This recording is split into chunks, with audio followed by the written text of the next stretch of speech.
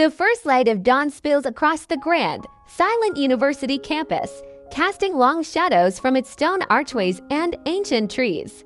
Inside, the quiet is broken only by the rhythmic swish of a mop. Elara moves through the empty halls, her hands sure and steady.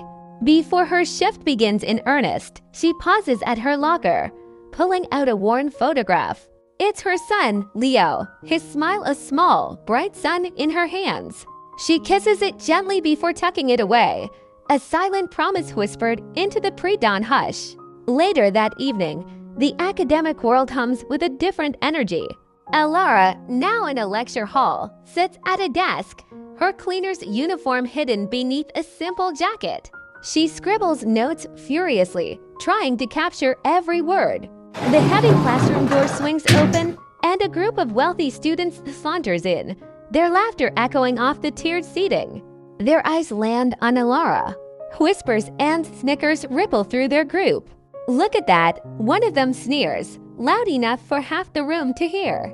The help is getting ideas above her station. The words hang in the air, sharp and cruel. But Elara's pen never stops moving. Her life becomes a blur of relentless motion. A montage of her days unfolds, mopping floors until her back aches, the fluorescent lights of the library burning into the late hours, her head nodding over complex textbooks until the words swim together. She wakes before the sun, the chill of early morning seeping into her small apartment as she forces her tired eyes to focus on another chapter. The grind is punishing, a constant, uphill battle fought in the quiet moments no one else sees. One afternoon, a particularly difficult assignment leaves her feeling utterly defeated. Swallowing her pride, she knocks on the door of Professor Davis's office. He looks up, surprised to see the quiet woman from his night class standing there, her brow furrowed in concentration.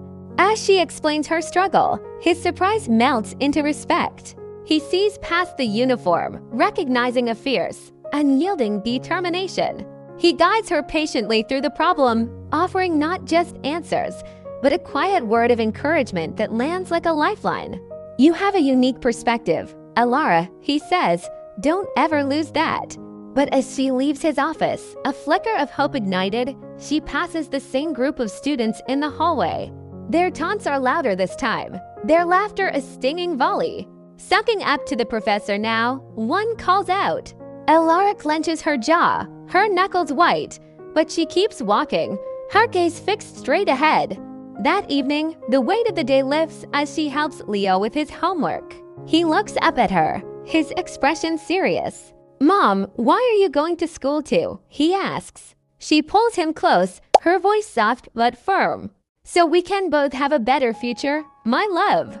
The semester culminates in a day thick with anticipation. A crowd of anxious students clusters in the main hall, their eyes glued to the bulletin board where the final graduation honors list will be posted. The boisterous, mocking students are at the front, their confidence radiating through the nervous energy of the room. Elara stands at the very back, a lone figure in the sea of faces, her heart pounding against her ribs. She barely dares to look, twisting her hands together. The camera drifts over the expectant faces, capturing the hope and fear, before settling on the official sheet as it's pinned to the board. The camera glides down the list of names. It passes the names of the arrogant students they've passed, but without distinction. Then it stops. At the very top, under the highest designation, are two words that ring out in the sudden, stunned silence. Elara Vance, summa cum laude. A wave of disbelief washes over the hall. The mocking students' jaws hang open, their confident smirks vanished. Through the parting crowd, Professor Davis catches Elara's eye, a proud, congratulatory nod speaking volumes. The final scene is on graduation day. Elara, radiant in her cap and gown, clutches her diploma as if it's the most precious thing in the world. Her eyes scan the audience until they find him Leo. He runs to her, his small arms wrapping around her waist, his face beaming with a pride that mirrors her own.